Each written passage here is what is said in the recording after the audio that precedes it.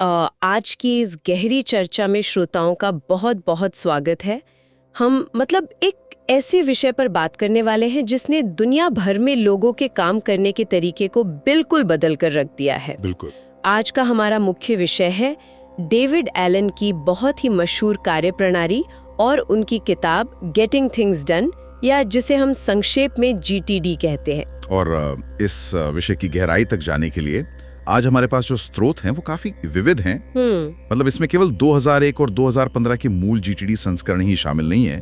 हमने ब्रसेल्स विश्वविद्यालय के कॉग्निटिव साइंस यानी संज्ञानात्मक विज्ञान के शोध पत्रों को भी शामिल किया है। सही बात है। इसके साथ ही माइकल सैमसन के रणनीतिक लेख हैं और 2026 के जो सर्वश्रेष्ठ GTD ऐप्स हैं उनकी तकनीकी समीक्षाओं का भी हम विश्लेषण करेंगे। तो ये सिर्फ एक किताब का सारांश नहीं होने वाला है। हाँ, एकदम।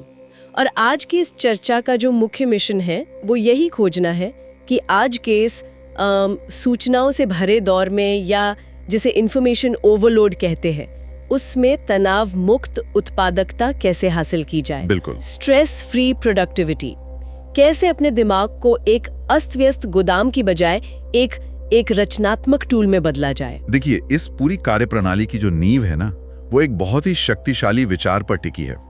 डेविड एलन का मानना है कि दिमाग का काम नए विचार पैदा करना है, उन्हें पकड़ के रखना नहीं। क्या बात है। अक्सर इंसानी की फितरत होती है कि वो अपने दिमाग का इस्तेमाल एक टू डू लिस्ट की तरह करने लगता है। हाँ, जैसे शाम को दूध लाना है या फिर क्लाइंट को ईमेल भेजना है, कार की सर्विसिंग करानी है, ये सारी बातें दिमाग में बस घूमती रहती हैं। और जब दिमाग इन सूचनाओं को याद रखने में अपनी ऊर्जा खर्च करता है तो उसके पास समस्या समाधान या रचनात्मक सोच के लिए जगह ही नहीं बचती। और इसी बात को अगर हम विज्ञान के नजरिए से देखें तो ब्रसेल्स विश्वविद्यालय के जो शोधकर्ता हैं फ्रांसिस हेलिगन और क्लेमेंट विटाल, उनके शोध पत्र में इस बात को डिस्ट्रीब्यूटेड कॉग्निशन के सिद्धांत से बहुत अच्छे से समझाया गया है।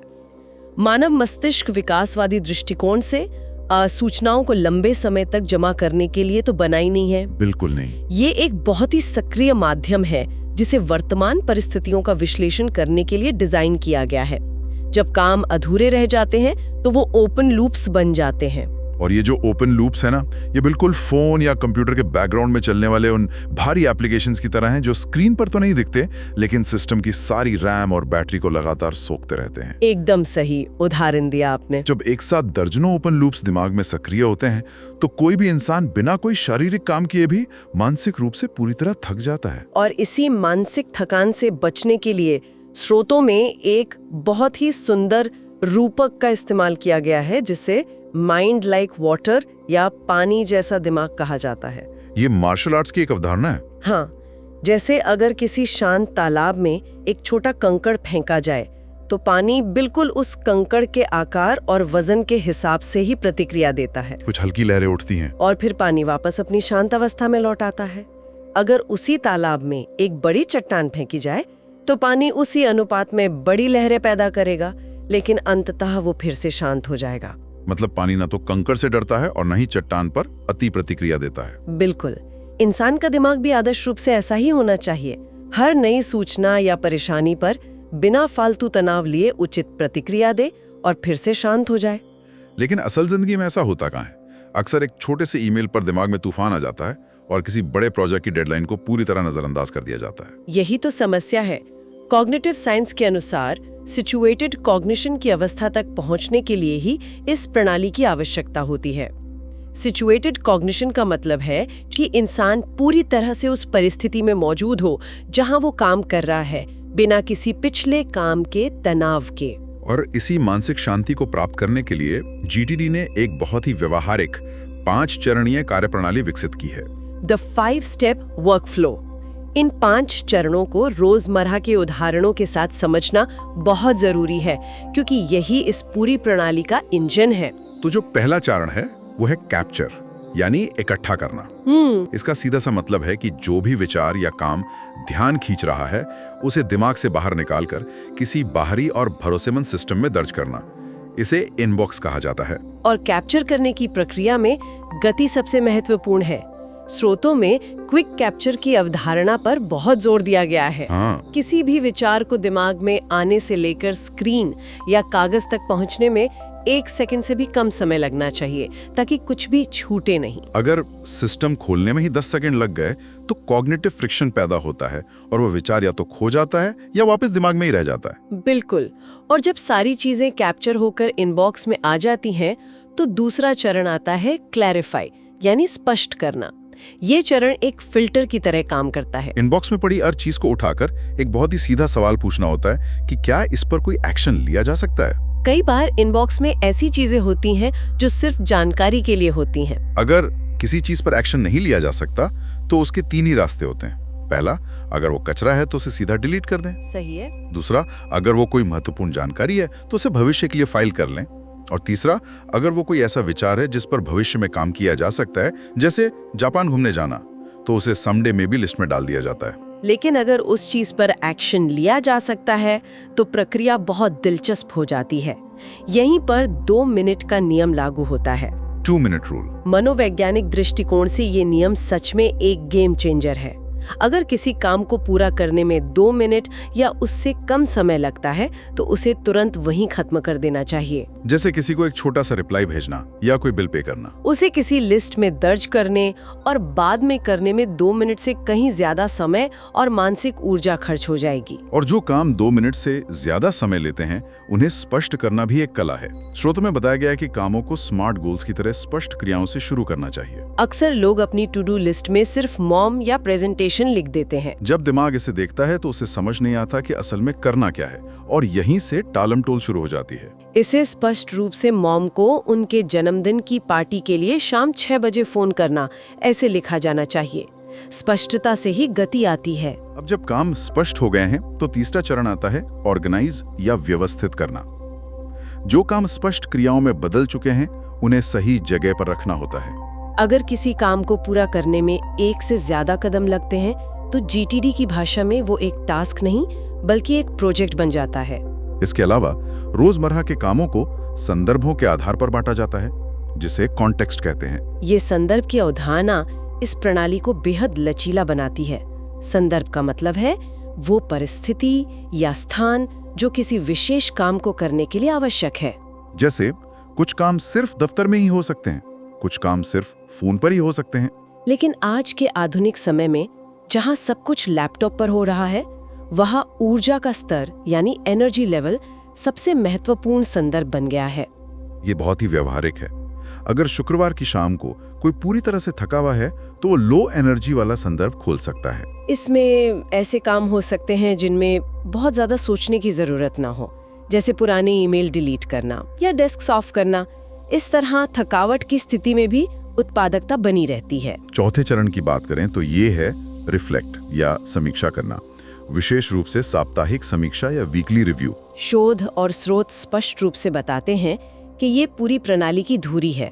और विडंबना देखिए कि यही वो कदम है जहां सबसे ज्यादा लोग असफल होते हैं। बिना साप्ताहिक समीक्षा के दुनिया का सबसे अच्छा व्यवस्थित सिस्टम भी कुछ ही दिनों में बासी और अविश्वसनीय हो जाता है। सप्ताह में एक बार अपनी सभी लिस्टों को देखना, जो काम हो गए हैं उन्हें हटाना, रुके हुए प्रोजेक्ट्स की स्थिति जांचना और अगले सप्ताह की प्राथमिकताएं तय करना अनिवार्य है। जब दिमाग का ये भरोसा टूट जाता है कि बाहरी सिस्टम अप टू डेट है तो वो सारे ओपन लूप्स को वापस अपने अंदर खींचने लगता है और फिर से वही पुराना तनाव लौट आता है। सही व्यवस्था और नियमित समीक्षा के बाद ही 5वां और अंतिम चरण संभव हो पाता है, जो है इंगेज यानी काम में जुटना। जब सिस्टम भरोसेमंद होता है तो व्यक्ति अपनी वर्तमान जगह, समय, ऊर्जा और प्राथमिकता के आधार पर पूरी स्पष्टता और आत्मविश्वास के साथ सही काम को चुनता है।